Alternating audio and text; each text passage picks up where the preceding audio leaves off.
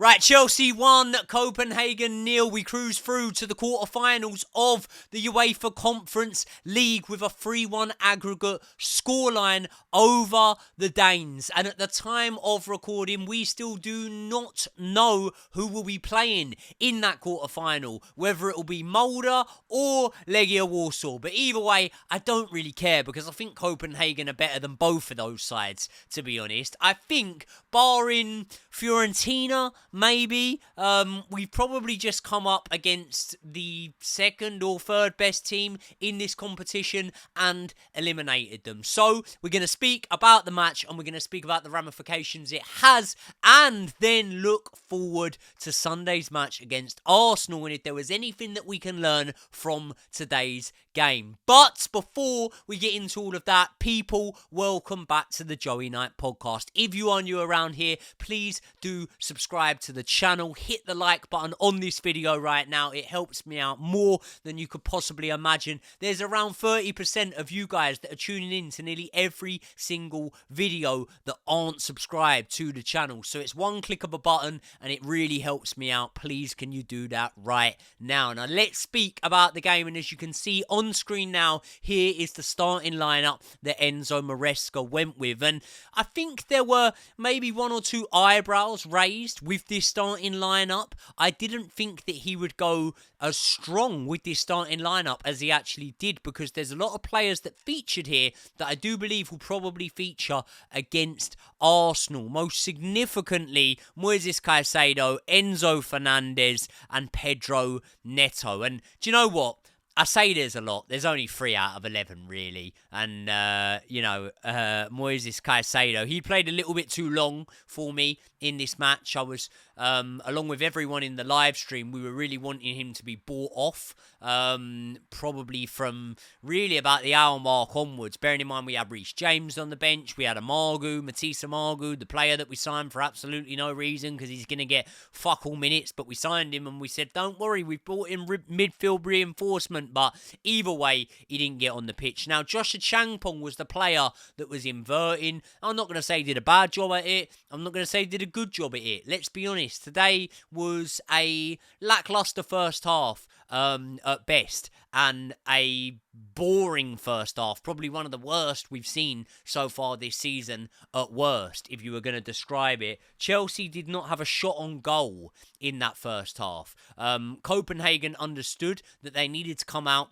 They needed to be way less defensive, and in doing so would have to be a bit less resolute than they were in the first leg, because, you know, they were behind on aggregate and they needed that goal early on to go through. So they put a little bit more pressure on us, and in the first half we just couldn't get our foot in the game, really. I think there was a lot of sloppy play going on there, couldn't string sort of 3-4 passes together, and again, like, I think that now the injuries are easing up, we are starting to see the implications of having a big squad, and what that means is that when we're able to rotate, a lot of these boys haven't spent that much time on the pitch together to be able to develop relationships. So yes, you could point to Moises Caicedo and Enzo Fernandez, but it's not like those two really put a foot wrong tonight. Joshua Changpong, that role was new for him. Trevor Chalobah, he was alright tonight. I think defensively we were okay tonight. But yeah, one of my main concerns in the first half, and it was something that was funny on the stream, it was a bit of a comedic moment because it came back to bite me in the arse when I was moaning about him, was I didn't think that Kiernan Dewsbury-Hall had a good first half at all, to be honest. I thought that he lost the ball a few times. I thought that when he did get on it, there were creative passes that he could have made and he would just pass backwards. And the package that I thought we were getting when we signed Kiernan Dewsbury-Hall wasn't necessarily a first-team starter, but was someone that could come in the games. Bearing in mind, we were coming off the back of a season where Nkunku was injured for pretty much the whole season, right? I thought that he was someone that could come in the games where Cole Palmer was being rested and not perform to the level that Cole Palmer could, but replicate somewhat of what Cole Palmer was doing creatively, you know? He was one of Maresca's sort of inverted tens, a player that was pushed further forward, whereas in this system, he's more so been used at times as a defensive midfielder, more recently, he's had the opportunity to play in that 10 role, and he hadn't really impressed me. And at the end of the first half, my stream, the chat was sort of, you were getting the typical Maresca out and whatnot. We're playing dog shit, we're playing rubbish. And I was saying to everyone the exact same thing that I was saying at halftime in the first leg of the Copenhagen game, which is calm down. Don't worry. We're leading on aggregate. I still fancy us to get a goal in this game. I don't really fancy Copenhagen to get a goal, if I'm being completely honest. And we're going to be all right. We're going to go through the tie. And at this minute in time, right, now, if everything goes to plan, we've got 15 games left until now and the end of the season. There's 10 games left in the Premier League, and there'll be 5 games left if we get to the final of the Europa Conference League. For me, winning every single possible game out of those 15 is most important. And if you say to me that we have boring first halves and fuck all excitement until we end up getting a goal in every single one of those games, I'll take it. And you can say to me, it's uninspiring. That's uninspiring, you should want for better than that. Yeah, I'm saying I'll take it. I'm not saying I want that to happen, but I'll take it. And I'll take tonight's performance. I knew that we were going to get better in the second half because I saw Cole Palmer and Cucurella coming on. And Cucurella's a game changer when he comes on. He's been that before this season, and he'll be that again this season. Him pushing up into that hybrid sort of almost number left-hand sided 10 role, not quite a winger, not quite an inverted fullback. I don't know what that role is, but he's taken it, he's made it his own, and Cucurella did a good job, and he got a lot more stuck in, and ultimately he led to the opportunity that brought us our goal. Who was it through? Kiernan Dewsbury Hall, the man that I'd been slagging off on the stream and saying that he hadn't played well, At first, I thought he got a little bit lucky, but actually, he wriggled his way out of that space really well, and Kiernan Dewsbury Hall did terrific to score that goal. Terrific little player. I've never doubted him. A lot of people were saying after that, when I was saying, who would you guys have as man of the match there? Obviously, because of the fact that Kiernan Dewsbury Hall did get that goal in the 55th minute, quite a few people were saying that Kiernan Dewsbury Hall, possibly man of the match. I wouldn't say so.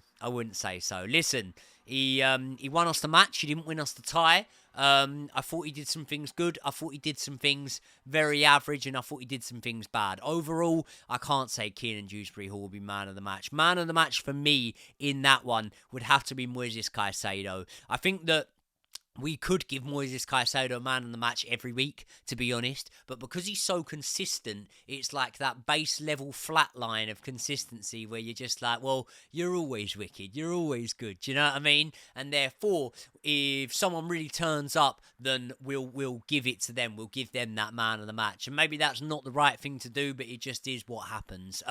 Cole Palmer came on the pitch. He got a couple of shots off on goal. Still yet to break that drought of being able to get an assist or a goal to his name. But hopefully it comes against Arsenal, man. Hopefully it does. One of my concerns with Caicedo being on the pitch for so long was I thought, look, if Enzo Fernandez was out against Arsenal, it'd be a huge blow. Huge blow. I wouldn't be resigned to defeat if Enzo was out. I would think that, maybe we could have Reece James in the midfield or something like that.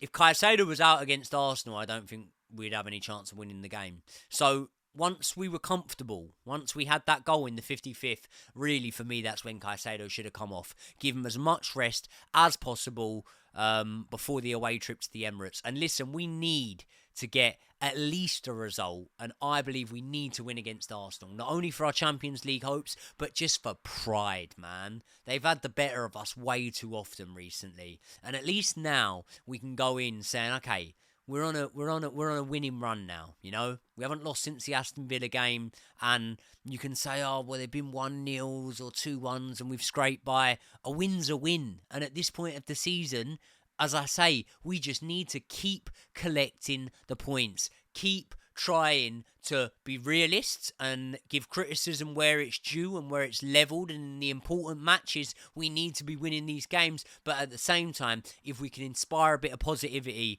I think that can only feed through into the first team. So yeah, Pedro Neto, I'll speak on him quickly. I thought that he ran his socks off today, but didn't really get the chance to create that much and to do that much. There was one moment when Tyreek George went through. He was bombing down the middle, right?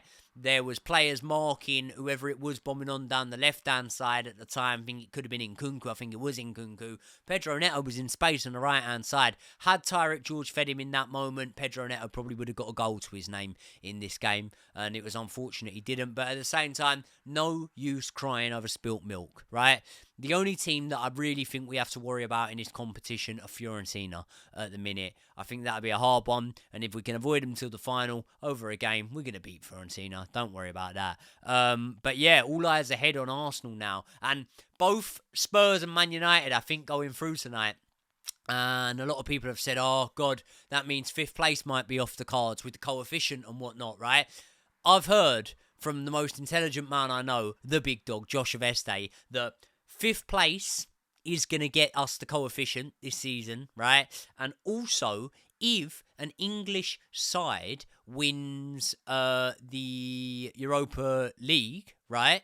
I believe that if they win it, we will still get the coefficient and it will go to 6th place. So yeah, unless the team that wins it finishes in 6th. We could have 7 teams in the Champions League. Imagine Aston Villa finished 8th and won the Champions League. Then you'd have 1 to 6 if one of Spurs or Man United won the Europa, and then you'd have Aston Villa, say they finished 8th or whatever. It'd be mad, wouldn't it? It'd be mad. Fuck you know, yeah, crazy. But yeah, man of the match for me, Caicedo. Let me know what you guys thought of the performance. I'm guessing a lot of you thought it was fairly uninspiring, but at the end of the day, a win's a win. A win's a win. And there comes a point in the season where, look, like, I was saying this on the stream, Jose Mourinho used to win a lot of matches 1-0, 2-1s, and you know, see out and grind out results. And there's a huge difference ever comparing Jose Mourinho to Enzo Maresca in that Jose Mourinho has never won the championship. I'm joking. No, there's a huge difference in comparing the two of them because Jose Mourinho is an elite manager and Enzo Maresca has yet to prove anywhere near that level. But what I'm saying is the 3 points is what is important at this moment in time, or the progression in this competition is what is important. At the start of the season, I set my stall out. I expected a top 4 finish from Chelsea, and I expected them to deliver a trophy, most likely being the Europa Conference League. I think we're on track to do that. I think we're going to do that. And for me, that makes me happy. That makes me happy. I want to see more. I want to see more attacking flair, more creativity, more potency in front of goal, and we will need that against Arsenal. We truly will. But let's remember, they've got a lot of injuries, a lot of players out too, and their title dream's over, man. But if we put 3, or if we take 3 points off Arsenal, we very much hammer the nail into the Gunners' coffin. I will be live for that match. Me and the big dog are in the studio tomorrow, and on Saturday morning, the preview will be dropping for that game. And also, Joey and Josh is linked in the description, so subscribe to that because we dropped an episode on Sunday. We've got another one coming out this Sunday. Legends, thank you all that join me in the live stream. I will see you all in the next one.